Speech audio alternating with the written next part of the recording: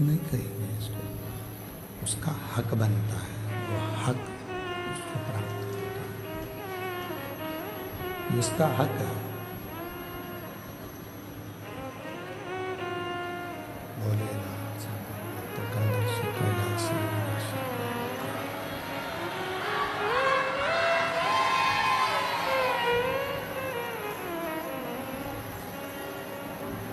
इस शंभु शंभु शंभु शंभु शंभु शरण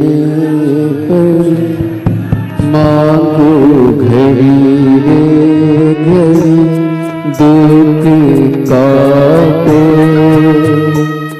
दया करीन दर्शन आपो शंभु शरण परि मांगो घड़ी रे घड़ी दुख काटो दया करीन दर्शन आपो शंभु शरण परि मांगो घड़ी रे घड़ी दुख काटो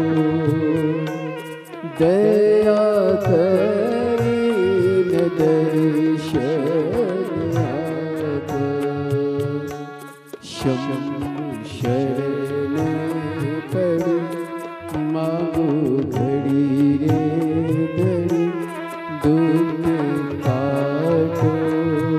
करीन दर्शन आपो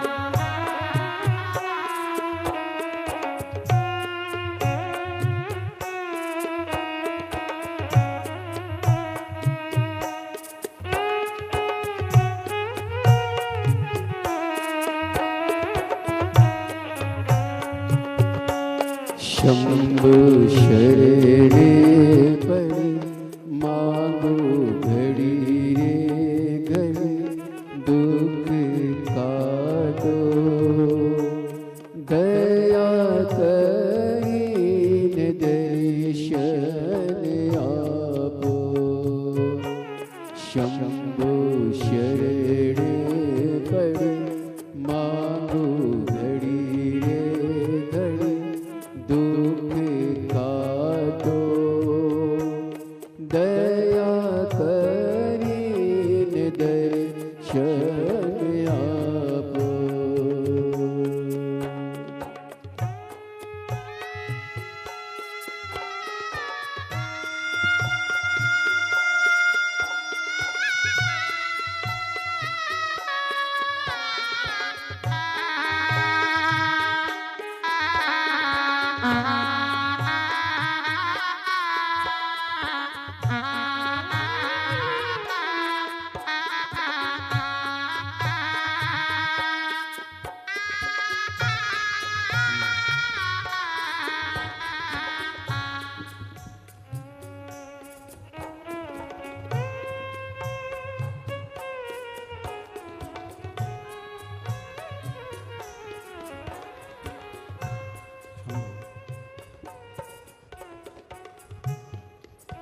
कई लोग कह देते हैं कि बहन बेटी को दिया तो दान दिया।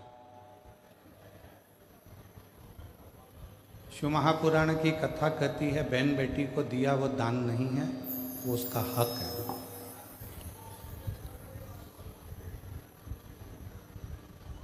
उसको दान नहीं कह सकते, वो उसका हक बनता है।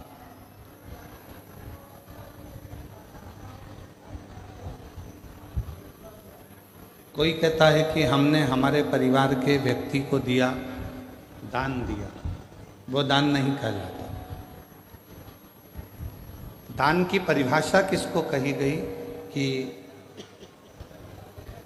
परिवार के अंदर कोई दूसरा व्यक्ति है, मान लो कोई रिश्तेदार है और उसका बच्चा पढ़ना चाहता है, शिक्षा अध्ययन करना चाहता है,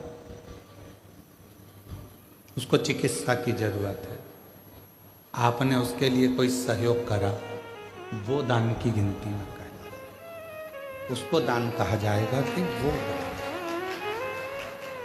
अब ऐसे तो लोग कह देते हैं कि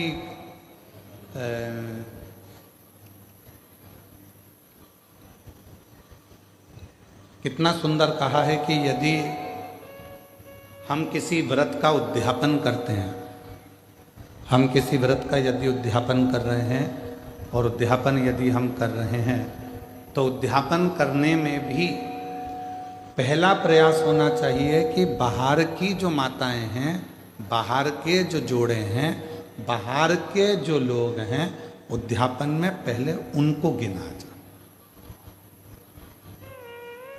और हम क्या करते हैं, अपने घर में ही उद्यापन करना है, घर की तो देवरानी जेठानी इतनी सारी हैं, वैसे भी तो बुलाना ही पड़ेगा, तो वैसे की जगह ऐसे बुला लो, गिनती की गिनती हो जाएगी और उद्यापन का उद्यापन हो जाएगा।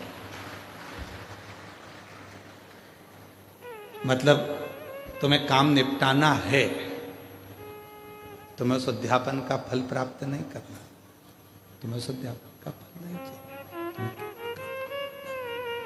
तुम्हें केवल काम को निपटाना है, केवल काम निपटाना नहीं भाई। उद्यापन करोगी तो देवरानी तो भोजन करेगी करेगी, जेठानी तो भोजन करेगी करेगी, ननंद भी आएगी आएगी, नंदोई भी आएगा आएगा, तो इन सबको तो तुमको भोजन कराना है, पर इनको उद्यापन में नहीं गिनना है। उद्यापन में उनको गिनो जो दूसरे हैं। क्यों? हम अगर जेठानी को भोजन करा रहे हैं उद्यापन में और जेठानी झूठे बर्तन को हाथ लगा रही है, हम ननंद को भोजन करा रहे हैं उद्यापन में और ननंद पट्टी बिछा रही है, भोजन परोस रही है, काम कर रही है, तो तुम्हारे उद्यापन का फल कहां से मिलेगा तुमको? उस उद्यापन का फल भी तो मिलना चाहिए, उसका फल भी तो प्राप्त होना चाहिए। हमें फल कब मिलेगा? जब हम कोई दूसरा आया है उसके लिए पट्टी बिछा रहे हैं, आसन लगा रहे हैं, भोजन की थाली तैयार कर रहे हैं, भोजन करा रहे हैं, पकवान दे रहे हैं, उनको कोई सामग्री दे रहे हैं, तो वो उद्यापन का फल प्राप्त होगा।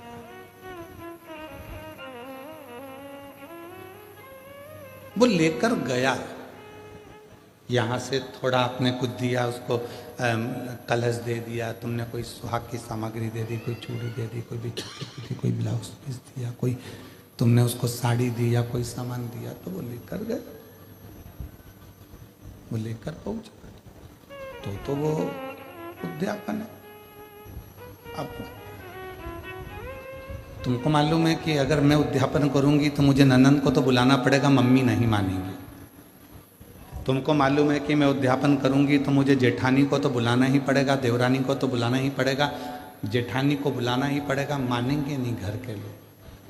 तो क्यों ना उनको भी उद्यापन में जोड़े में गिन लूं, और तुमने उनको भी उद्यापन के जोड़े में गिन लिया और विचार करा, मेरे 16 जोड़े पूरे हो गए, मेरे 16 सोमवार का उद्यापन हो गया, अब भगवान शंकर मुझे फल देंगे। शंकर जी सोचे, जितनी चतुर तू है उससे चौगुना चतुर मैं हूं।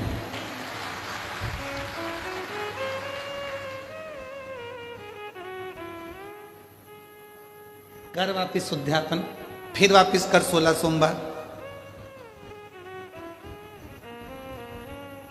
वापिस 16 सोमवार कर, वापिस उद्यापन कर, वापिस व्रत कर, वापिस कर। पशुपति व्रत किस किसने करे? हाथ उठा दो। पशुपति व्रत जिस जिसने करे पशुपति व्रत को, पशुपति व्रत जिसने भी करे हाथ उठाओ जरा। हाँ ठीक है, रखिए, प्रणाम। हम भी करें, ठीक है, हम भी हाथ उठाएं, हमने भी करा। और हमारी धर्म पत्नी, ऐसा कोई महीना नहीं जाता होगा जिस महीने में एक बार पूरे 5 पशुपति व्रत नहीं कर लेती है। उसका नियम है, वो व्रत महीना 2 महीना में, 2 महीना 3 महीना में पशुपति व्रत करती रहती करती। पशुपति व्रत में कई माताएं कहती है, गुरुजी आपने कहा कि आखिरी में जिस दिन पशुपति व्रत का उद्यापन होता है उस दिन एक श्रीफल भगवान शंकर को भेंट के साथ में चढ़ा देना चाहिए, भेंट के साथ में रख देना चाहिए। इसका मतलब क्या है? इसका महत्व क्या है? इसका मतलब क्या होगा? इसका महत्व क्या होगा? तो वो पशुपति नाथ है, उसको पशुपति नाथ कहते हैं। और वो पशुपति नाथ है। पूरे 5 व्रत में हमने मान लो कोई गलती करी हो, 5 व्रत में हमने भगवान को शीश नहीं झुकाया हो, 5 व्रत में हमने भगवान को नमन ना करा हो, तो ये जो श्रीफल है, जो ये श्रीफल, जो ये नारियल है, ये शीश का काम करता है। श्रीफल नारियल शीश का काम करता है। और ये श्रीफल नारियल हम भगवान शंकर को देते हैं। ये श्रीफल नारियल भगवान शंकर को देते हैं, प्रदान करते हैं। शंभु शंभु शंभु शंभु शंभु।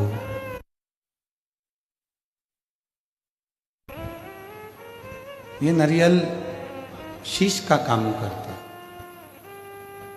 हे प्रभु, हो सकता है कि मैंने अपना शीश आपके चरणों में नहीं नवाया हो सकता है जैसे गलती हो गई, हो सकता है मैंने गलती करी, मैं आपके चरणों में शीश नवा सकी, इसलिए मैंने ये शीश रूपी नारियल, मैंने ये अपना मस्तक, शंभो शंभो, मैंने अपना ये मस्तक, अपना ये शीश आपके चरणों को नमन करने के लिए दिया।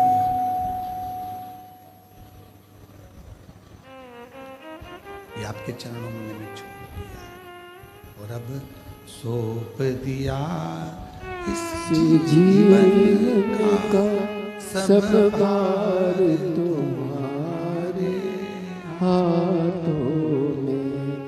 अब सौंप दिया इस जीवन का सब भार तुम्हारे हाथों में है, हार तुम्हारे हाथों में और जीत तुम्हारे हाथों में है, हार तुम्हारे हाथों में और जीत तुम्हारे हाथों में। भार हमने परमात्मा के चरणों में सौंप दिया।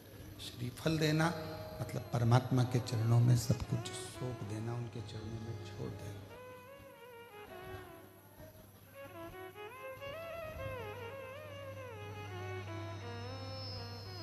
ये जितना, कई लोग कहते हैं गुरुजी, गुरुदेव, हम, आप कहते हो कि पूर्व समय का हमारे कर्म का भोग हमको इस जन्म में आकर भोगना पड़ता है, हमारे पूर्व का कर्म का दंड हमको इस जन्म में भोगना पड़ता है। हाँ, भोगना तो पड़ता है।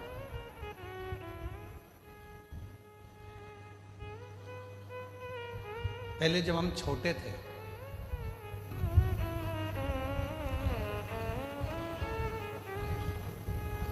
बहुत ज्यादा छोटे थे, तो नवरात्रि में कन्या भोजन करने जाती थी तो उनके साथ हम लंगूर भी जाते थे। और यहाँ पर कई जीजाउन बैठे होंगे, कई लड़के बैठे होंगे, वो भी बचपन में चले जाते हो। भले वो नहीं कह रहे तो क्या हुआ, पर हम तो कह रहे हैं ना, हमारी कथा तो हमको सुनाने में क्या दिक्कत है। उनको शर्म आती होगी कि हमने क्या कन्या भोज में कन्या के साथ बैठकर भोजन कर, हमने तो किया।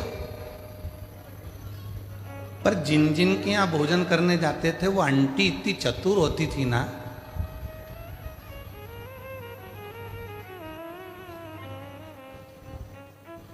पूड़ी बनाती, हलवा बनाती, सब्जी बनाती। अब उस समय पर हमें भी 3-4 घर में भोजन करने जाना पड़ता, तो कई घर ऐसे थे कि जहां पर हम भोजन नहीं कर पाते तो वो क्या करती, बेटा जितना खाना उतना खाना, बाकी का बांध के ले जा। वो आंटी इतनी चतुर थी कि हमें जितना खाना होता था उतना खा लेते थे, और बाद में वो आंटी ऐसे पूरा पत्तल की ऐसी घड़ी बना के उसमें पूड़ी सब्जी सब रख के और हमको दे देती थी, और साथ में विदा में एक केला भी दे देती थी, और हम चले जाते।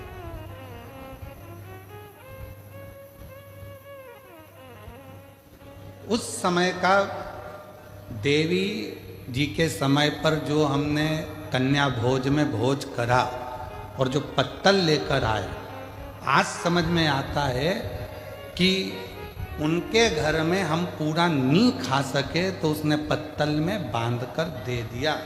उसी तरह ऊपर भी हमारा कर्म का दंड हम पूर्व जन्म का नहीं भोग सके तो उसने हमारे जन्म के साथ पत्तल में बांधकर अभी दे दिया।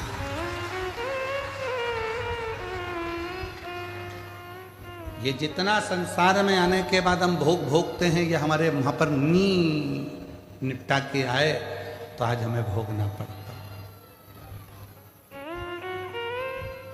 कोई पूर्व का कर्म जो था वो हम नहीं भोग सके तो उसका थोड़ा सा भाग रह गया, और वो भाग आज हमको भोगना पड़ा।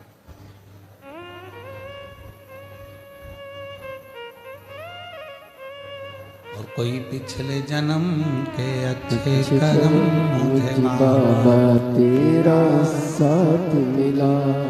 हम पिछले जन्म के कर्मों का भोग भोगते भोगते भोगते भोगते इस जन्म का भी भोग भोग रहे हैं।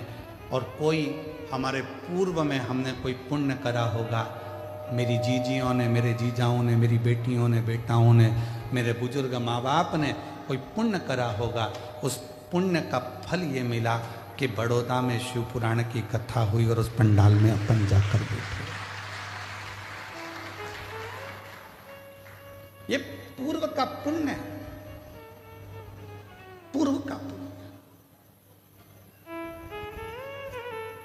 कोई अच्छा कर्म हमारी जिंदगी में हमने करा होगा तो वो हमारे सामने आकर प्रकट होगा।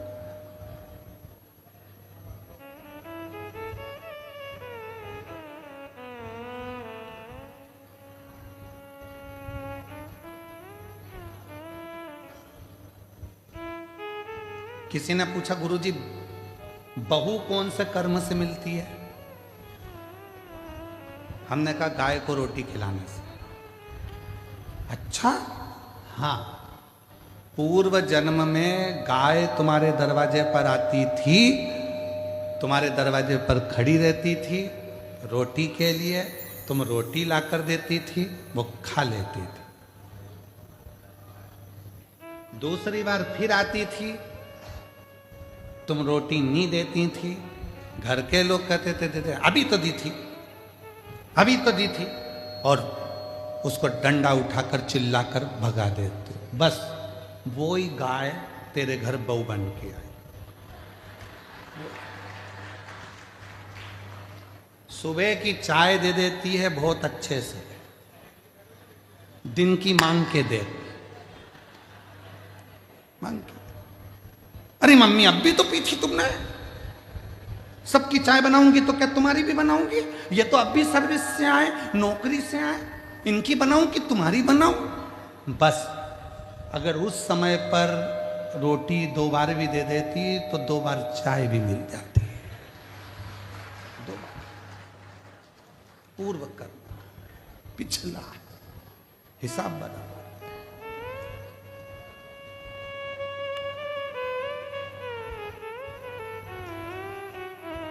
एक पुरानी कथा बा, बहुत पहले हम श्रवण कराए थे, आज फिर स्मरण में आ गई कि एक राजा के लड़के की शादी हुई और राजा के लड़के की शादी हुई और घर में बहू आ गई। शयन कक्ष में बहू पहुंच गई सोने के लिए। बेटा सो रहा था, पत्नी ने उस राजा के लड़के की तलवार जो निकाली म्यान में से। म्यान इतनी सुंदर है, इतनी सुंदर म्यान, और म्यान में से जैसे उसने सोचा कि म्यान इतनी सुंदर है तो तलवार कितनी सुंदर होगी, जो तलवार निकाली और तलवार की चमक के कारण वो हाथ से छूट गई और राजा का बेटा जिससे उसकी शादी हुई थी वो मर गया। तलवार छूटते ही उसी के ऊपर गिरी और उसका गला कट गया, वो मर गया। उस बहू ने विचार करा कि मुझे मृत्यु दंड मिलेगा, राजा का इकलौता लड़का है। उसने उस राजा के लड़के को खींचा, तुलसी के क्यारे के पीछे ले जाकर उसको पटका और कक्ष में चली गई। सवेरे सवेरे मंदिर में पंडित जी पूजन करने आए और वो चिल्ला चिल्ला कर आवाज लगाने लगी, हाय मेरे पति को मार दिया इस पंडित ने, ये पंडित ने मेरे पति को मार दिया। चिल्ला चिल्ला कर आवाज लगाने। राजा के दूत आ गए, पंडित जी को पकड़ कर ले गए, अंतिम संस्कार किया बेटे का। अब दंड देने की बारी आई। राजा ने कहा कि अब इसको दंड सुनाना है, पर इस पंडित ने, इस ब्राह्मण ने मेरे घर के मंदिर की बहुत सेवा की, इसने मेरे बेटे को क्यों मारा वो पता नहीं। पंडित जी हाथ जोड़कर बोले, महाराज मैंने आपके बेटे को नहीं मारा, मैं सत्य बोल रहा हूं, मेरी बात पर विश्वास तो करो। कोई नहीं सुना।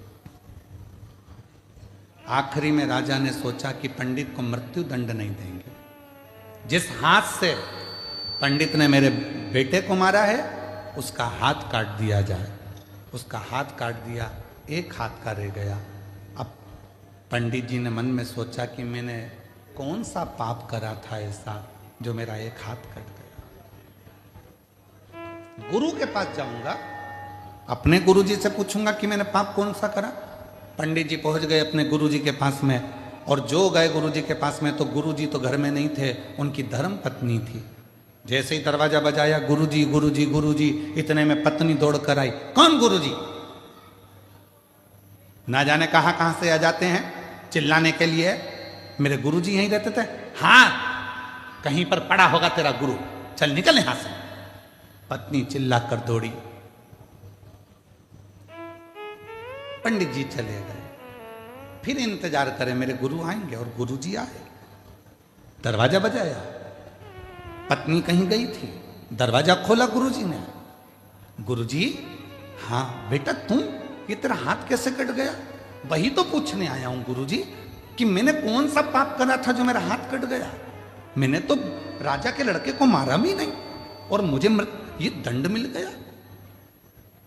पर गुरुजी मैं इस सब बात में पूछूंगा, पहले मेरा एक प्रश्न है उसका उत्तर दीजिए। गुरुजी ने पूछा, कौन सा प्रश्न? गुरुजी, मैं सुबह आया था, दरवाजा बजाया था, आपकी धर्म पत्नी ने मुझे खूब गाली सुनाई और आपको भी सुनाई। मेरा कर्म दंड बाद में बताना, पहले ये बताओ कि आपका पूर्व का कौन सा कर्म था जो ऐसी मिली है? ये मिली आपको, आप तो इतने विद्वान पंडित जी, इतने विद्वान गुरु जी, और आपकी पत्नी ऐसी मिली है। तब गुरु जी ने कहा, देख बेटा, ये मेरे पूर्व जन्म की बात है। पूर्व जन्म में ये गधी थी, मैं कौवा था। इस गधी की पीठ पर वजन ढोते ढोते ढोते ढोते घाव हो गया था। घाव के कारण एक फोड़ा हो गया था। मैं कौवा उड़कर आता था, इसकी पीठ पर बैठकर इसके घाव को खरोदता था। घाव खरोते खरोते वो गधी इतनी परेशान हो गई कि मुझे मेरे कारणवश वो भागकर हरिद्वार चली गई।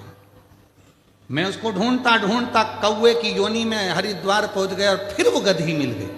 मैंने फिर उसकी पीठ को खरोदा, वो दौड़कर गंगा जी में कूद गई। मैं भी गंगा में कूद गया, मर गए। मरे तो मैं इसका पति बना और ये मेरी पत्नी बनी। उस समय पर मैं अपनी चोंच से इसको खरोदता था, अब ये अपनी चोंच से मुझे खरोद, अभी अपनी चोंच से मुझे खरोद रही। गुरु जी, ये तो मैंने सुना, पर मेरा हाथ क्यों कटा? मैंने कौन सा कर्म करा? तो कहा, पूर्व समय में तुम एक संत थे, बैठे थे, तुमने नियम लिया था कि मैं सत्य बोलूंगा और सत्य के सिवा कुछ नहीं बोलूंगा। सत्य बोलने का नियम लेकर तुम बैठ गए।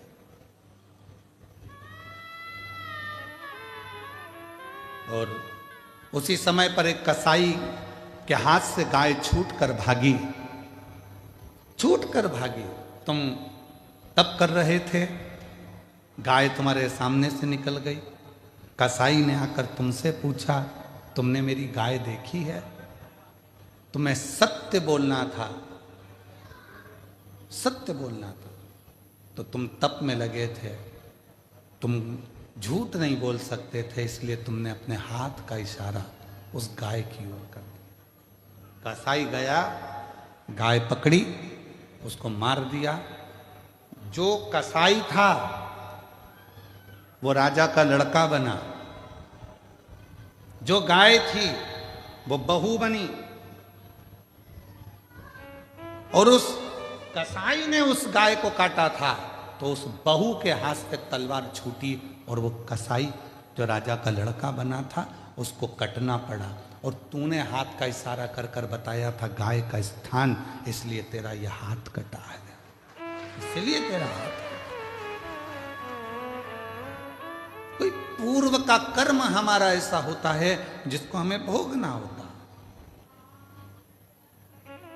कई लोग कह देते हैं हम मंदिर जाते हैं इसके बाद भी हमें दुख पीछा नहीं छोड़ता, हम भगवान का भजन करते हैं फिर भी दुख पीछा नहीं छोड़ता। हमारा पूर्व का हम जो कर कर आए हैं वो तो हम जो वहां पर भोजन नहीं कर पाए तो पत्तल बांध कर लाए हैं, वो तो खाना पड़ेगा।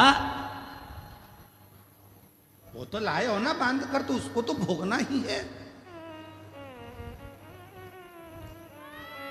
पर कुछ अच्छे कर्म कर कर, जब हम कुछ अच्छा कर्म करना प्रारंभ करते हैं तो हमारा कर्म श्रेष्ठ होते चले जाता।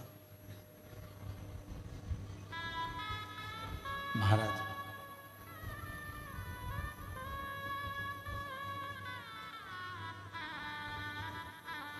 कोई पिछले जन्म के अच्छे कर्म मुझे बाबा तेरा साथ मिला। पिछले जन्म के अच्छे कर्म मुझे बाबा तेरा साथ मिला। सारी दुनिया झुकती है, जहाँ सारी दुनिया झुकती है, मुझे आई दरबार मिला, दरबार मिला।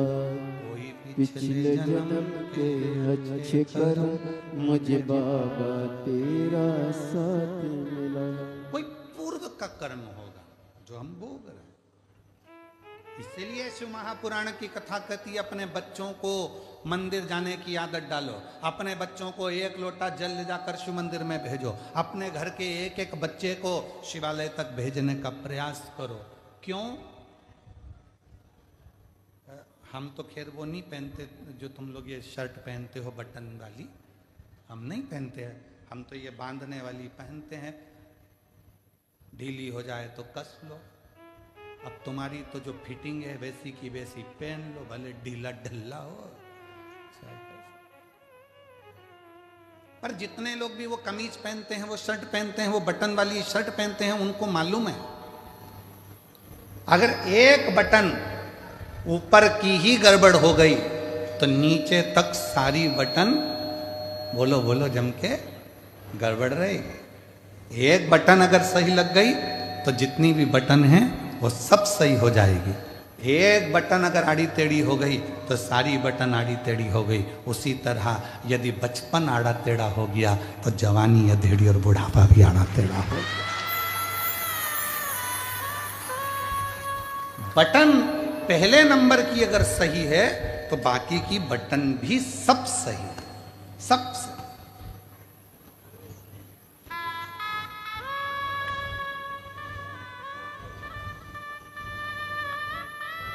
दर्जी जब कपड़े सिलता है, आप लोगों की शर्ट बनाता है, तो दर्जी कितना चतुर होता है जरा विचार करिएगा कि वो दर्जी जेब लगाता है ना तो लेफ्ट में लगाता है। कहाँ लगाता है? लेफ्ट, उल्टी साइड, क्योंकि उसको मालूम है हार्ट इधर ही है, दिल इधर ही है। उसने जेब क्यों लगाई? किसी दर्जी से पूछना कि ये जेब क्यों लगाई तूने? तो कहा पैसा रखना है तो नीचे की जेब में रखना, मोबाइल रखना है तो नीचे की जेब में रखना, और अगर कभी जिंदगी में भगवान का प्रसाद मिल जाए, बेलपत्र मिल जाए, तो दिल के पास रखना, हार्ट के पास, दिल के पास। इसलिए उसने जेब भी, एक दर्जी भी अगर जेब लगा रहा है शर्ट में तो उल्टी साइड पर लगा रहा है जहां हार्ट है, जहां दिल है, क्योंकि उसको मालूम है भगवान का प्रसाद जितना दिल के करीब में होता है उतना हार्ट आनंदमय रहता है।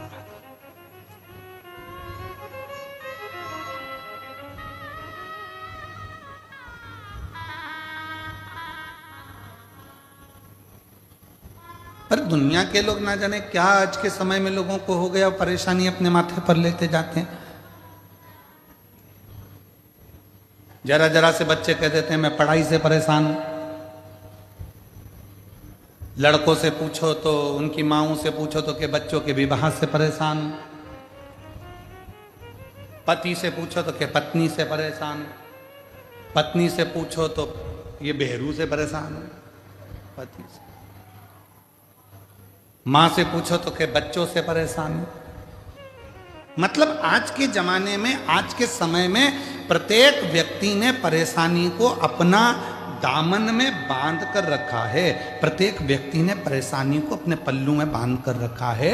उसने शुरू से अभी तक, बचपन में पढ़ाई से परेशान था, बड़ा हो गया तो गाड़ी से परेशान हो गया, फिर धीरे बड़ा हुआ तो सर्विस से परेशान हो गया, फिर ऑफिस में नौकरी भी लग गई तो नौकरी के ऑफिसरों से परेशान हो गया, फिर जाने में ट्रैफिक से परेशान हो गया, इधर उधर घूमने में परेशान हो गया। मतलब परेशानी उसने बांध कर रखी है। तो ये परेशानी मिटेगी कैसे? उसको मिटाने का कोई दूसरा साधन नहीं है। आप खुश रहना प्रारंभ कर दो, प्रसन्न रहना प्रारंभ कर दो, और ये मन में मान लो जो शिव करेगा वो सब अच्छा करेगा, तो परेशानी अपने आप मिटती चली जाएगी। आपने बना के रखा है मैं इस बच्चे से इतनी परेशान हो गई गुरुजी, बिल्कुल नहीं सुनता, बिल्कुल नहीं सुनता, परेशान हो गई, अभी से बच्चों से परेशान हो। मतलब परेशानी को तुमने अपने अंदर बांध कर रखा, परेशानी को तुमने पकड़ कर रखा।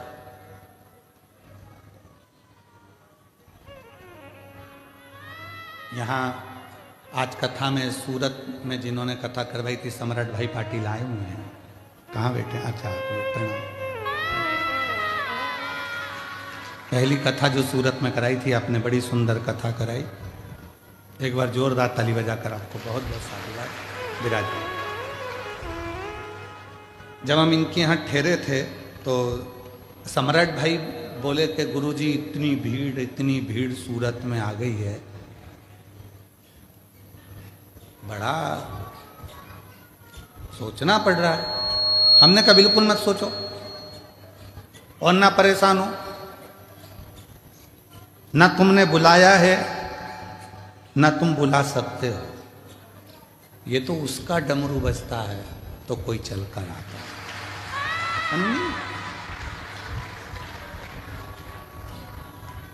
जब सौंप दिया इस जीवन का सब भार तुम्हारे हाथ में, संपूर्ण जीवन का भार तत्व जब हम परमात्मा को सौंप देते हैं तो फिर हमारा कुछ भी नहीं, कुछ। और मेरी जीजियों फिर निवेदन है, तुम बेटी को अपनी बेटी मानते हो, तुम बेटे को अपना बेटा मानते हो, बिल्कुल मत मानो।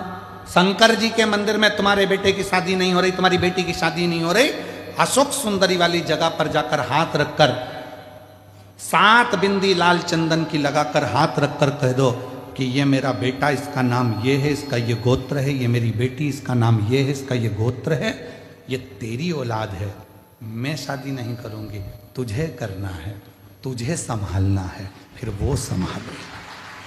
उसका प्रमाण ये शिव महापुराण का एक पत्र आया है, उसका प्रमाण देखिए। पत्र में एक पत्र में लिखा,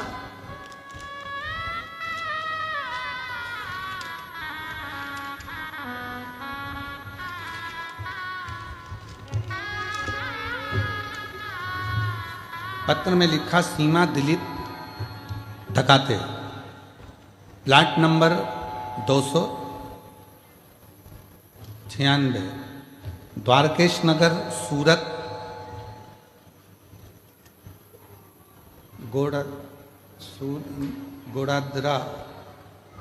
गोड़ादरा से हैं। कहीं बैठी हो तो हाथ हिला सकती हैं। बाबा का मैं क्या वर्णन करूं। मुझे पेट में 2 गठान थी। पहली सोनोग्राफी में 18/9/2025 को उसमें पता चला कि मुझे पेट में 30 mm की और 25 mm की गठान हो गई है। मेरे गर्भाशय में 2 गठान हो गई, एक 30 mm की हो गई, एक 25 mm की हो गई। उसके बाद डॉक्टर ने ऑपरेशन का कह दिया, पर मन नहीं करा कि ऑपरेशन कराऊं, क्योंकि डॉक्टर बोले थे ये गठान जांच के लिए जाएगी, उसमें क्या आएगा। बहुत रोई मैं गुरुदेव। तब किसी एक बहन जी के कहने पर मैं सीहोर चली गई और सीहोर में रुद्राक्ष लेकर आ गई।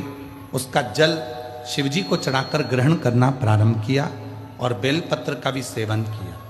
फिर हमने दूसरी सोनोग्राफी, जब पहली सोनोग्राफी कराई थी 18/9/2025 को, उसमें पता चला था 30 mm की 25 mm की गठान है, ऑपरेशन का कह दिया। दूसरी सोनोग्राफी कराई 11/11/2025 को, उसमें पता चला रुद्राक्ष का जो जल पिया था उसमें मालूम पड़ा जो 30 mm की गठान थी वो 25 की हो गई है और जो 25 mm की गठान थी वो 12 mm की हो गई है। 12 mm की। गुरुदेव, फिर मुझे मालूम पड़ा कि सूरत में कथा हो रही है और हम सूरत की कथा में पहुंच गए। कथा प्रारंभ होने वाली है, इसमें मंदिर में जाके बाबा से प्रार्थना किया और जो गठान है वह गल जाए, ऐसी प्रार्थना कर कर हम, मेरी सास सूरत के पंडाल में कथा सुनने के लिए आई और वहां से एक रात पंडाल में रही और बाबा से प्रार्थना की कि मेरी बहू की गठाने गल जाएं। फिर बाबा की ऐसी कृपा हुई कि वहां की रज लाकर उदर पर लगाया। दूसरे ही दिन तारीख 11/1/2026 को हमने सोनोग्राफी कराई और सोनोग्राफी में डॉक्टर ने कहा दोनों गठाने गल चुकी है। बाबा की कृपा से मैं पूर्ण तरह से स्वस्थ हूं। यहां पर बाबा को नमन करने के लिए आए। एक लाइन अच्छी लिखी है, खाली न जाता कोई दर से तुम्हारे, खाली न जाता कोई दर से तुम्हारे, मैं भी खड़ी हूँ नन्ही बाहें पसारे, अपने हृदय से लगा लो गिरा जा रहा हूँ, उठा प्रभु अपने से अब तो न टालो, गिरा जा रहा हूँ, उठा लो। हम उस पर आश्रित हो गए, हमने उस पर भरोसा कर लिया। हमने उस पर विश्वास कर लिया। कोई पिछला जन्म, कोई कर्म हमारे सामने। दुनिया के लोग हमेशा रोते रहते हैं, भगवान ने हमें गरीब बनाकर पैदा करा, भगवान ने हमको गरीब बनाकर पैदा करा। बताओ, इसको इतनी सारी गाड़ी दे दी, उसको ये दे दिया, उसको बंगला दे दिया, उसके बच्चे डॉक्टर बन गए, उसके बच्चे इंजीनियर बन गए, उसका बंगला बन गया, और भगवान ने हमको गरीब बना। भगवान किसी को भी गरीब बनाकर पैदा नहीं करता। गरीब तुम खुद हो, जो अपनी बुद्धि में ये बात लेके रखी हो।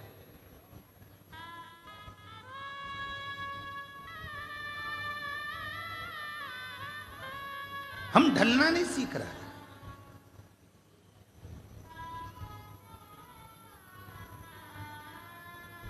तुम्हारी बहू अगर थोड़ी सी भी तुम पे गुस्सा करती है, तुम्हारी बहू तुमसे नाराज रहती है, तो तुम किसको जाकर कहते हो? किसको जाकर कहते हो? उसके पिताजी को कहेंगे, उसके रिश्तेदार को कहेंगे, अपनी बेटी को फोन लगा के तेरी भाभी रत्ती भर अच्छी नहीं है, अरे ऐसा काम करी, तेरे भैया की पत्नी ने ऐसा काम करा, और वो आकर खड़ी हो जाती है तो तुम एकदम चुप। सीखो। चलो एक बात हम तुमसे पूछते हैं, उत्तर देना जरा। तुम्हारे यहां की लाइट चली गई, नगर पालिका को फोन लगाओगे? जम के बोलो। पीडब्ल्यूडी को फोन लगाओगे? जम के बोलो। जल मंत्री को फोन लगाओगे? जम के बोलो। नहीं। फोन कहां लगाओगे? विद्युत विभाग में। एमपीवी को फोन लगाओगे? जो विद्युत विभाग है उस विभाग को फोन लगाओगे। बोलो सही है कि गलत है? पीएचई को फोन लगा कर क्या करोगे? नगर निगम को फोन लगा कर क्या करोगे? विधायक को फोन लगा कर क्या करोगे? पार्षद को फोन लगा कर क्या करोगे? फोन लगाना पड़ेगा कि बिल के ऊपर नंबर लिख कर दिया जाता है, अगर लाइट में कुछ गड़बड़ी हो, लाइट नहीं आए तो विद्युत विभाग को फोन करो। हाँ, तुम्हारी नाली साफ नहीं हो रही है तो किसको फोन लगाओगे? विद्युत विभाग को। फोन लगाना पड़ेगा नगर निगम को, नगर पालिका को। तुम्हारे घर पानी नहीं आ रहा, फोन लगाना पड़ेगा पीएचई को, जल विभाग को। अब तुम लाइट गई, नगर पालिका को फोन लगा रहे हो, नाली खराब है, विद्युत विभाग को फोन लगा रहे हो, तो वो सुधरने वाली नहीं है। उसी तरह यदि गलती बहू की है तो सबको कहना बंद कर दो, एक कमरे में बैठकर बहू से बात करो। नगर पालिका की गलती है तो नगर पालिका से कहो, विद्युत विभाग की गलती है तो विद्युत विभाग से कहो, बेटे की गलती है तो बेटे को बुलाकर बात करो। पर जगह जगह जगह जगह फोन लगा रहे हो, साहब हमारी लाइट चली गई, साहब हमारी लाइट चली गई, साहब हमारी बहू ने ये कर दिया, साहब हमारी बहू ने वो कर दिया, तो दुनिया करेगी क्या? याद रखना, शादी में 1000 व्यक्ति को बुलाओ, वो 1000 खाकर जाएंगे, पर जब तुम्हारे घर में उत्पात मचेगा, बहू बेटे का झगड़ा होगा, वो 1000 में से एक को भी बुलाकर बैठा दो। जो तुम्हारे यहाँ 200-200 की 500-500 की थाली खाकर गए हैं, प्लेट निपटा कर गए हैं, गाजर का हलवा, छम्मक लड्डू, कुल्फी, गुड़िया का बाल, सब खा के चले गए। अब घर में धमाल मच रहा है। मैं मेरे मामा जी को बुलाता हूँ, अभी बताता हूँ, उसके रिश्तेदार को बुलाता हूँ, अभी बताता हूँ। सब फोन लगाते रहना, कुछ नहीं होगा, कोई नहीं आएगा, आखिरी में तुम्हारा झगड़ा तुमको ही मिटाना पड़ेगा। इसलिए नगर पालिका की गलती है तो नगर पालिका से कहो, विद्युत विभाग की गलती है तो विद्युत विभाग से कहो। उसी तरह बेटे की गलती है, बेटे को कमरे में बुलाओ, समझाओ। बहू की गलती है, बहू से कहो। अब बहू की बात पड़ोसन से करी, अड़ोसन से करी, धड़ोसन से करी, जो घर में मिलने आए, मौसी आए उससे, नानी आए उससे, सबसे कहती फिर रही है, और सोचे कि नगर पालिका का काम विद्युत विभाग करेगा। बिल्कुल नहीं करेगा। समझ में तो आ रही है ना कथा?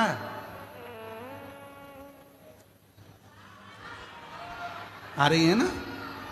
हाँ। गलती किसकी है हम उसको बताएं। अब हम गलती वाले को तो गलती बताते नहीं है, हम बहू की बुराई सब जगह करते हैं, पर बहू से बात नहीं करते कि बेटा मेरे को ये चीज़ अच्छी नहीं लग रही है। तो बहू भी समझाएगी, मम्मी कोई बात नहीं, अगर आपको ये चीज़ अच्छी नहीं लग रही है तो मैं सुधारने का प्रयास करूँगी, सुधारने का प्रयास। बेटा मुझे ये अच्छा नहीं लगा, मैं सुधारने का प्रयास करूँ, सुधरे। शिव कथा कर रही है, भगवान शंकर का चरित्र कर रहा है, शिव महापुराण की कथा कर रही है, देवादिदेव महादेव का चरित्र कर रहा है। ध्यान देना, जिस समय पर तारकासुर सामने आकर खड़ा हो गया था, तारकासुर,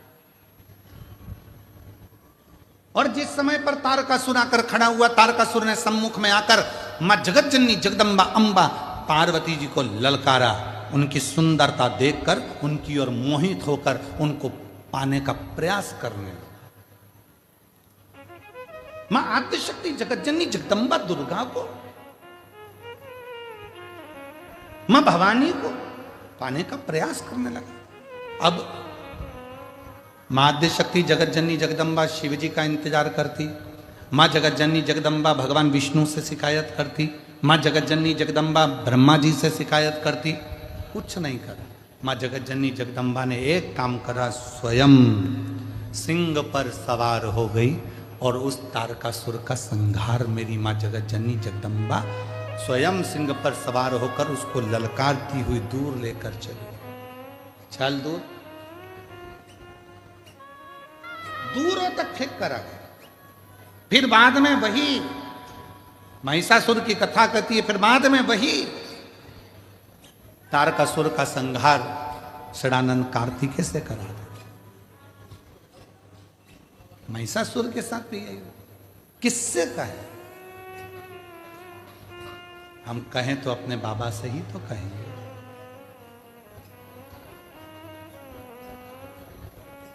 और तेरा ही दिया मैंने खाया पिया है, तेरा शुक्रिया है, तेरा शुक्रिया है, मुझे भोले बाबा बहुत दे दिया है, तेरा शुक्रिया है, तेरा शुक्रिया। हम कहें तो किससे?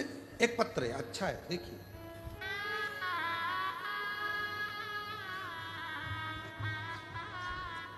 गुरुजी, मेरा नाम अनीता है, मैं बड़ौदा गुजरात में रहती हूँ। मेरी बेटी को ऑटिज्म एक बीमारी होती है जिसमें दिमाग विकास नहीं कर पाता, बहुत कम दिमाग होता है, हाइपर हो जाती है, सामान फेंक देती है, सामान तोड़ देती है, उसके हाथ में जो आता है वो फेंक देती है, तोड़ फोड़ कर देती है। कोई समझ में नहीं आया, डॉक्टर ने कहा कि ये ऐसी कैसी ही रहेगी। ना खुद से खा पाती थी और ना स्वयं जल पी पाती थी, शुद्ध नहीं थी। कहाँ क्या करना है इसकी भी उसको शुद्ध नहीं रहती थी। एक ऑटिज्म बीमारी। कहीं बैठी हो बेटी, अगर आए हो, मेरा नाम अनीता है, मैं बड़ोदरा की रहने वाली हूँ, कहीं बैठी हो तो आ सकती हैं एक बेलपत्र लेने के लिए। उसमें उसे शुद्ध नहीं रहती थी, ना वो खुद खाना खा सकती है, ना पानी पी सकती है, तोड़ फोड़ करती है, हाइपर है, समझ में नहीं आता था क्या करे। तब डॉक्टरों का खूब इलाज कराया पर कोई उसका हल नहीं निकला। डॉक्टर क्या करते थे, नींद की दवा दे देते थे, वो सोती रहती थी, पड़ी रहती थी, हम बड़े दुखी रहते थे। फिर मुझे किसी ने आपकी कथा के बारे में बताया, मैंने आपकी कथा सुनी जिसमें आपने रुद्राक्ष के जल का वर्णन किया था। फिर हमने सीहोर में रुद्राक्ष मंगाया और उसका जल पिलाना शुरू किया और आपकी कथा सुनना प्रारंभ किया। तब से मेरी बेटी थोड़ी शांत हो गई, स्वयं अपना काम करने लगी। और गुरुजी, बाबा की ऐसी कृपा है कि अब वो कथा भी सुनती है और बैठती उठती, अपना खाती और अपना कार्य कर लेती है। ये शिव की उसको ऑटिज्म की बीमारी, जिसमें उसकी शुद्ध नहीं है, जिसमें उसका विवेक काम नहीं करता, ना भोजन कर सकती है, ना पानी पी सकती है, गंदगी का भी स्मरण नहीं आता, कहां मलमूत्र का त्याग करना स्मरण नहीं रह पाता। सारे डॉक्टरों का इलाज करा लिया पर कह दिया गया कि ये कभी ठीक नहीं होगी, हाइपर हो जाती, सामान तोड़ देती, फेंक देती। तब शिव पर भरोसा कर कर सीहोर से रुद्राक्ष मंगाकर उसका पानी गलाकर शिव को चढ़ाकर देना प्रारंभ करा। आज मेरी बेटी में सुधार है और बाबा की कृपा से अब उसका हालत भी सुधरी है और शिव की कृपा से कथा सुनने के लिए भी आती है और कथा सुनती भी है। ये शिव की लीला है, इसको शिव की। और हम और आप कितने विचारों में पड़े हुए हैं। हम लोग विचार करते हैं मुझे ये परेशानी है, मुझे ये परेशानी है, मुझे ये परेशानी है। याद रखना, जिंदगी में ऐसा कोई संसार में मृत्यु लोक में पैदा नहीं हुआ जिसके मस्तक पर टेंशन नहीं हुआ। सबको चिंता है, सबको टेंशन है, सबको कुछ ना कुछ परेशानी है।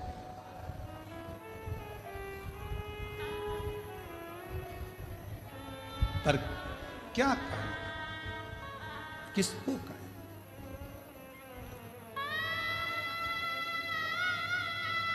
अपनी समस्या का हल अपने को करना है। हमने पहले भी एक बात कही थी, आज फिर कह रहे हैं। इधर एक माता जी बैठी हैं, उनको बहुत तेज छींक आ रही है। मैं इधर वाले भैया जी से कहूं कि छींक दो, तो उनकी छींक इधर वाला छींक सकता है क्या? बोलो, जम के बोलो जरा। चलो ठीक है। इधर एक दादाजी बैठे हैं, मैं उनको खांसी आ रही बहुत तेज, और मैं उनसे कहता हूं तुम मत खांसना, पड़ोसन खांसेगी। खांसने से काम चल जाएगा क्या? जम के बोलो नहीं। अपनी बटन अपने को खुद लगाना है, अपनी खांसी अपने को खुद खांसना है, अपनी छींक अपने को खुद छींकना है, अपने को पांव हाथ में खुजाल चली तो अपने को खुजालना है। अर्थात अपने पेट में दर्द हुआ तो दवाई भी अपने को खाना है। तो अपनी जिंदगी में अगर दुख आया है तो एक लोटा जल चढ़ाकर उस दुख को भी अपने को ही काटना है, कोई दूसरा नहीं काटेगा। संसार में कोई पैदा नहीं हुआ जो तुम्हारे दुख को काट दे। याद रखना, कहीं का महाराज तुमसे कह दे कि मेरे पास आकर बैठो मैं तुम्हारा दुख काट दूंगा, समझ लेना पक्का बेवकूफ बना रहा है, 1 2 लाख लेके चले जाएगा। सब बेवकूफ बना रहा है। कोई किसी का दुख नहीं काट सकता। संसार में कोई पैदा नहीं हुआ कि किसी का दुख काट दे। भगवान राम की जिंदगी में भी दुख आया था, 14 वर्ष का वनवास आया था, बड़े बड़े गुरु उनके पास में थे, विद्वान विद्वान उनके ऋषि उनके पास में थे, वो भी राम जी का दुख नहीं काट पाए। क्यों? राम जी ने पूछा मेरी जिंदगी में दुख आया, सीता मैया की जीवन में दुख आया था, इतने बड़े बड़े उनके पिता जनक जैसे विद्वान थे, तो दुख का नहीं काट पाए। क्यों? क्योंकि जो हमारे पिछले कर्म का भोग है वो हमको खुद भोगना पड़ेगा, अपना दुख खुद को काटना पड़ेगा, कोई नहीं काटेगा। सारी समस्या का हल एक लोटा जल, और वो एक लोटा जल तुम्हें चढ़ाना पड़ेगा, तुम्हें। इसलिए शिव महापुराण की कथा बार बार कहती है कि एक लोटा जल लेकर मंदिर जाओ, एक लोटा जल लेकर मंदिर जाओ, एक लोटा जल लेकर मंदिर जाओ। क्यों? क्योंकि तुम खुद चल कर जाओगे, उसके दरवाजे पर तुम्हारा अपना दुख है वो स्वयं काटेगा। बेटे का वो खुद काटेगा, बेटी का वो खुद काटेगा। अब मालूम पड़े तो तुम सोचो कि मेरी बेटी के लिए मैं कुछ कर दूं गुरुजी, मेरे बेटे के लिए मैं कुछ कर दूं गुरुजी। जिसके कर्म का जिसको भोगना, और अगर किसी के करने से हो सकता है तो करके देखो।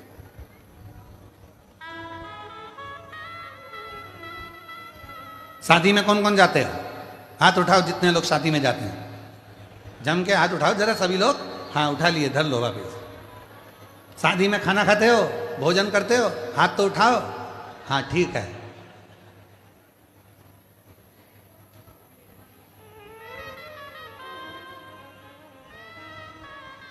एक ही प्लेट में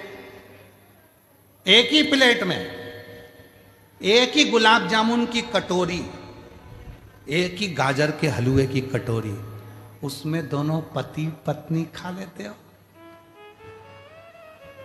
जम के तो बोलो नहीं।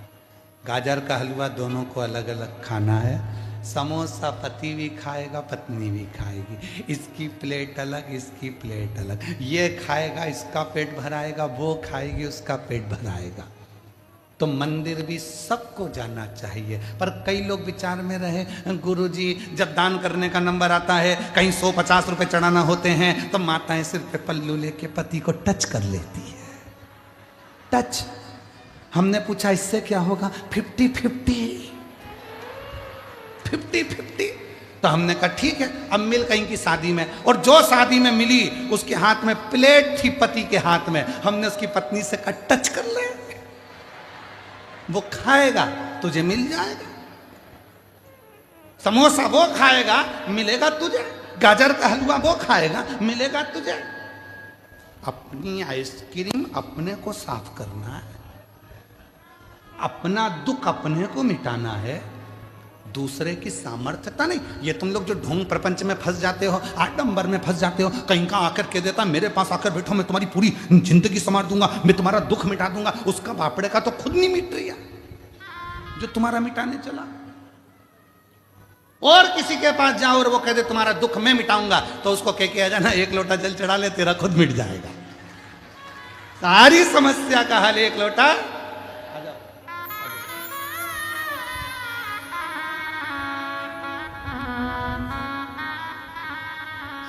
तेरा ही दिया मैंने खाया पिया है, तेरा शुक्रिया है।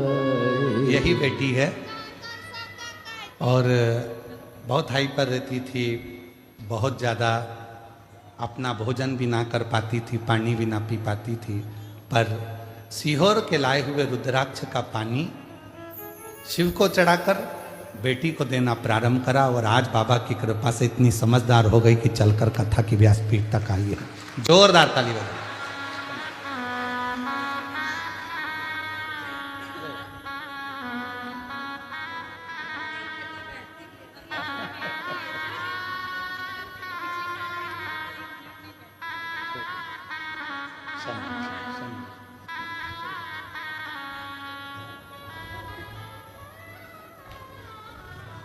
तेरी कृपा बिना ना हिले एक भी,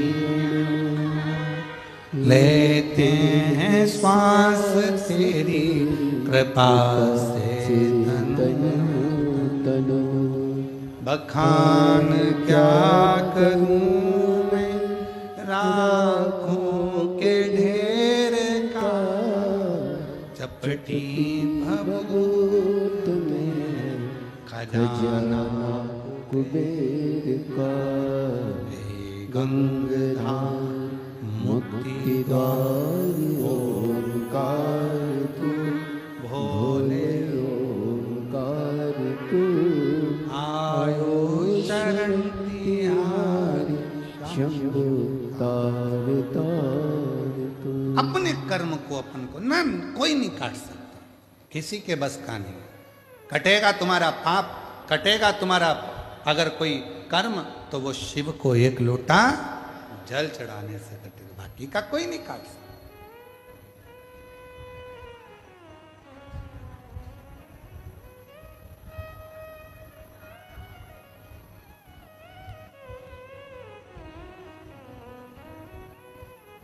वो कहते हैं ना, कभी चूके ना कोई चूके ना, कोई चूके ना, कोई चूके ना, कोई चूके ना, कोई तेरा काम रे। भजले गौरापति को चूके ना कोई तेरा काम रे, भजले गौरापति। कब चूके ना कोई तेरा काम रे, भजले गौरापति को। चूके ना कोई तेरा काम रे, भजले गौरापति को।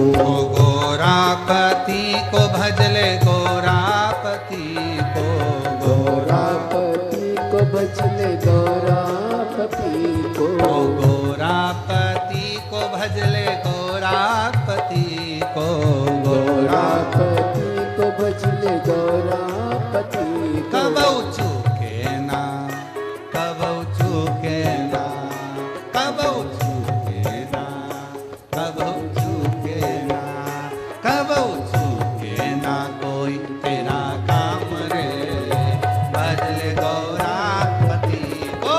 छूटे ना कोई तेरा काम रे ओ भजले गौरापति को छूटे ना कोई तेरा काम रे ओ भजले गौरापति को छूटे ना कोई तेरा काम रे ओ भजले गौरापति को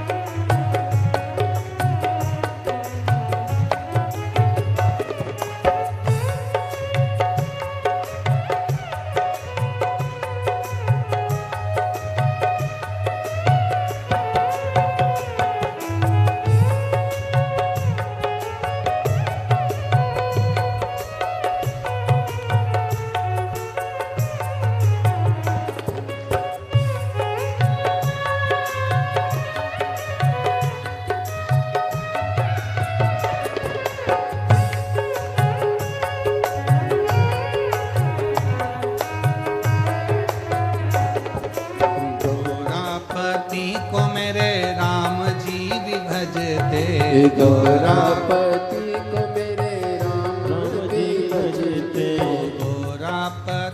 को मेरे राम जी भी भजते गौरापति को मेरे राम जी भजते अरे मिल गया उनको मिल गया हाँ जी मिल गया उनको मिल गया ओ जी मिल गया लंका का राज रे भजले गौरापति को मिल गया लंका का राज रे ओ भजले गौरापति को मिल गया लंका का राज रे भजले गौरापति को मिल गया लंका का राज रे ओ भजले गौरापति को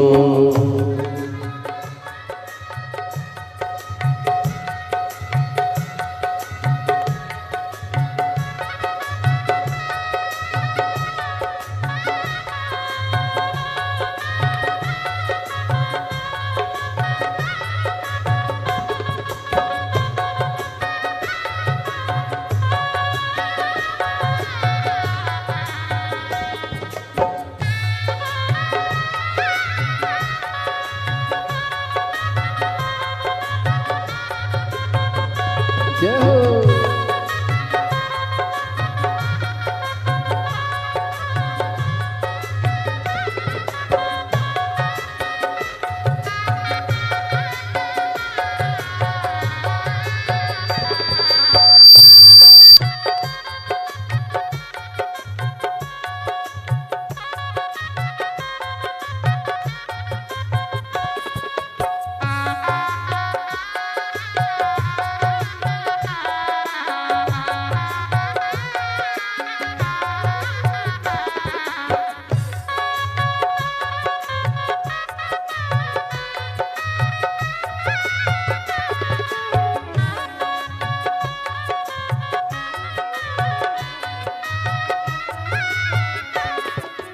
गौरापति को मेरे कान्हा भी भजते गौरापति को मेरे कान्हा भी भजते गौरापति को मेरे कान्हा भी भजते गौरापति को मेरे कान्हा भी भजते ओ कान्हा भी भजते कान्हा भी भजते ओ कान्हा भी भजते कान्हा भी भजते गौरापति को मेरे कान्हा भी भजते गौरापति को मेरे काना भी बजते, मिल गया हो ओ मिल गया, मिल गया ओ मिल गया, अरे मिल गया द्वारिका धाम रे, ओ बजल गौरापति को मिल गया द्वारिका धाम रे, ओ बजल गौरापति को मिल गया द्वारिका धाम रे, ओ बजल गौरापति को।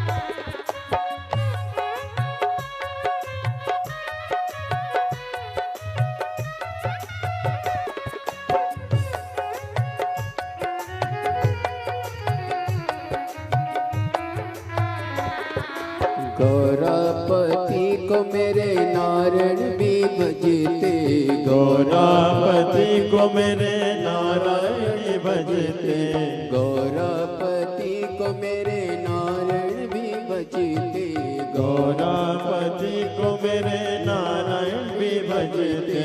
मिल गया हो मिल गया, मिल गया हो मिल गया, अरे मिल गया वैकुंठ धाम रे, बजल गौरापति को मिल गया वैकुंठ धाम रे, बजल गौरापति कब छूटे ना कोई तेरा काम रे, बजल गौरापति को छूटे ना कोई तेरा काम रे, बजल गौरापति को।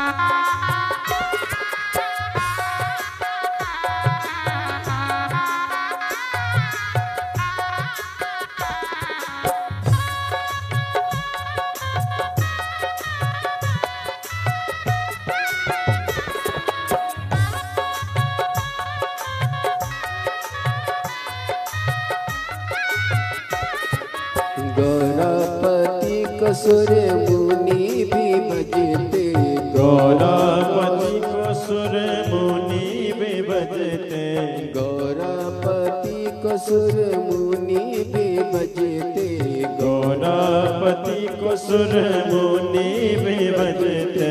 मिल गया शंभो ओ मिल गया, मिल गया ओ मिल गया, अरे मिल गया कैलाश धाम रे, वो भजन गौरापति को मिल गया कैलाश धाम रे, वो भजन गौरापति को मिल गया भजन गौरापति को, झुके ना कोई तेरा काम रे। ओ भजन गौरापति को, झुके ना कोई तेरा काम रे। भजन गौरापति, भजन गौरापति को, भजन गौरापति, भजन गौरापति को, भजन गौरापति, भजन गौरापति को, भजन गौरापति को, भजन महादेव।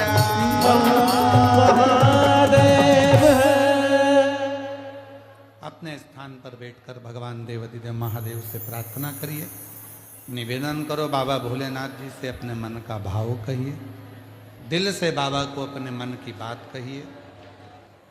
ये कथा का आज 5वां दिन है, कल कथा का 6ठा दिन रहेगा।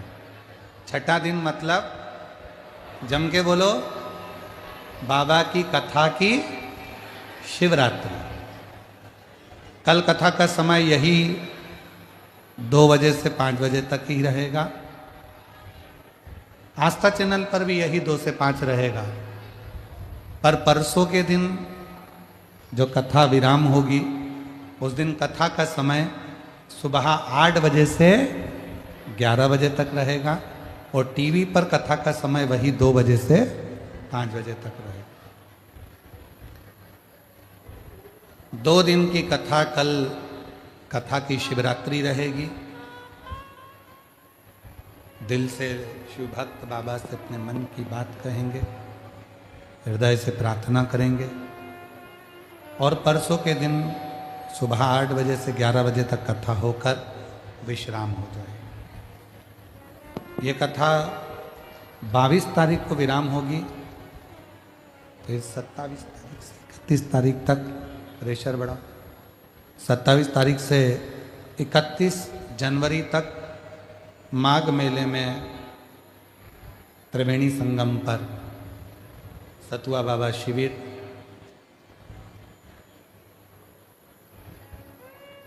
खाक चौक महावीर मार्ग पाटन पुल नंबर 1, दोपहर में 1 बजे से 4 बजे तक 5 दिवसीय शिव महापुराण की कथा श्रवण करने का सौभाग्य प्राप्त होगा। उसके बाद में कथा 11, 12, 13 फरवरी को डबरा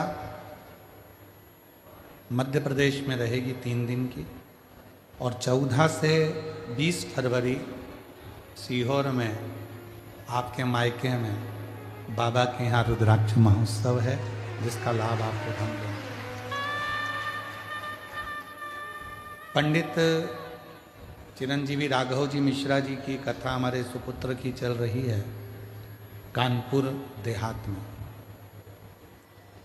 वो कथा उनकी 24 तारीख को विराम हो जाएगी और 26 तारीख को पंडित चिरंजीवी राघव मिश्रा जी की कथा 26 जनवरी से 1 फरवरी तक सीहोर अग्रवाल धर्मशाला में उनकी कथा 7 दिवसीय शिव पुराण दोपहर में 1 बजे से 4 बजे तक अग्रवाल धर्मशाला सीहोर में रहेगी। पंडित चिरंजीवी श्री राघव मिश्रा जी।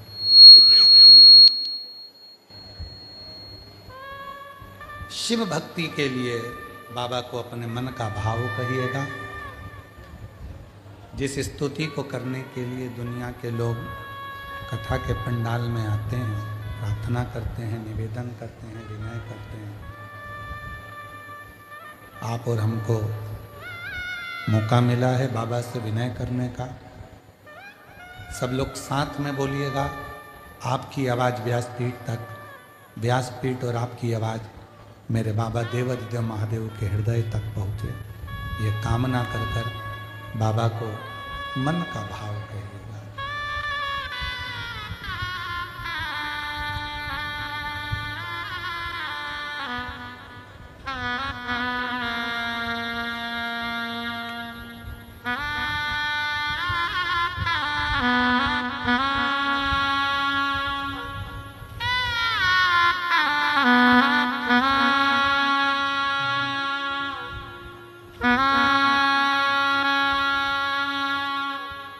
Ah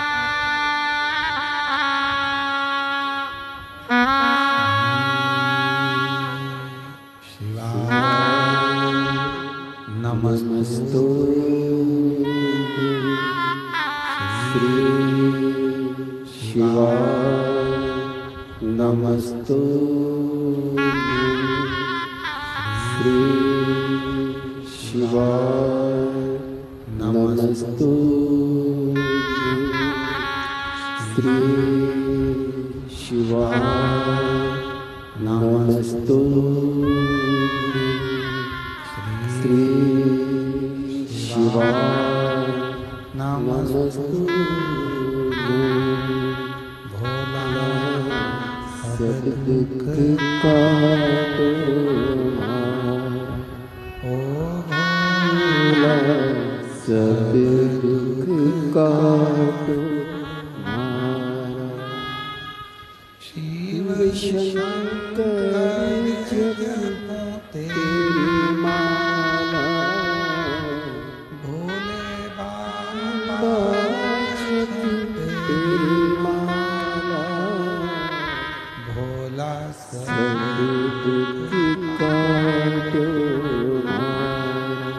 ओ भोला सब दुख काटो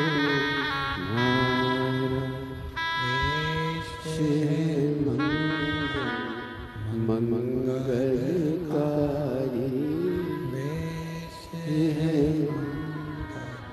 मंगलकारी सनिवासी हमारा शमशान वासी हमारा ओ भोला सब दुख काटो मारा ओ भोला सब दुख काटो मारा।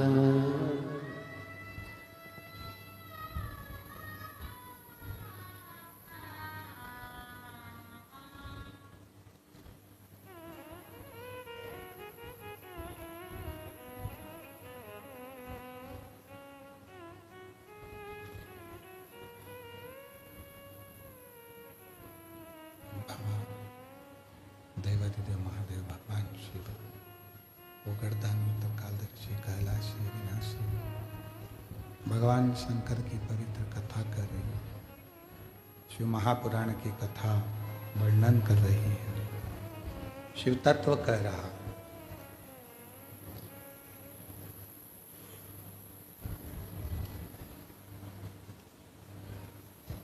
विश्वास के साथ में मां पार्वती जी ने शिव की साधना करी।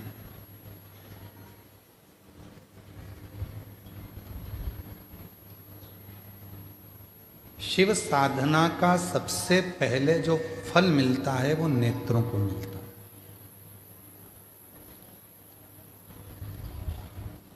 शिव साधना का सबसे पहले अगर कोई फल मिलेगा तो वो नेत्रों को मिलेगा। परसों की कथा में एक बात कही थी कि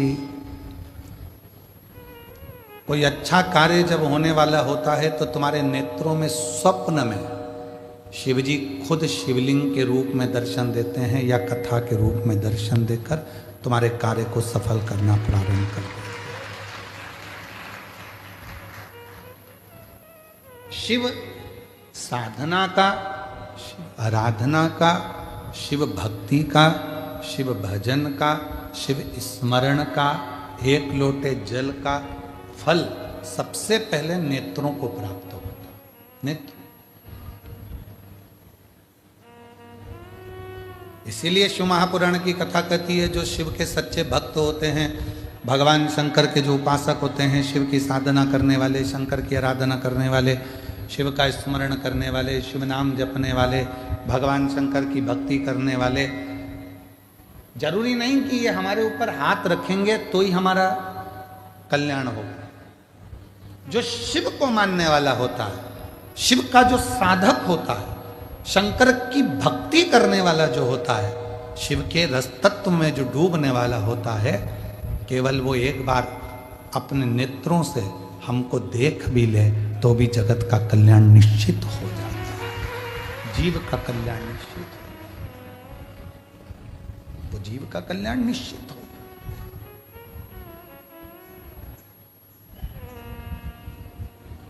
वो एक लाइन आप लोग गुनगुनाते हो ना, एक नजर कृपा की कर दो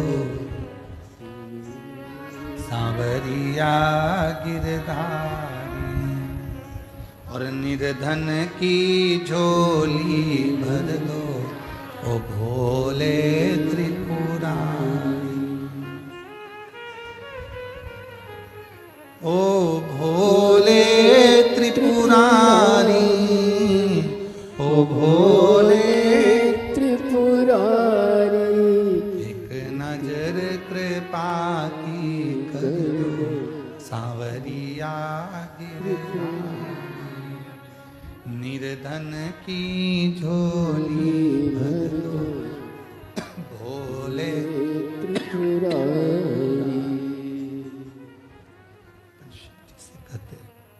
भगवान शंकर से कहते हैं थोड़ा सेट कर दे बाबा, मिठास डाल दो थोड़ी सी।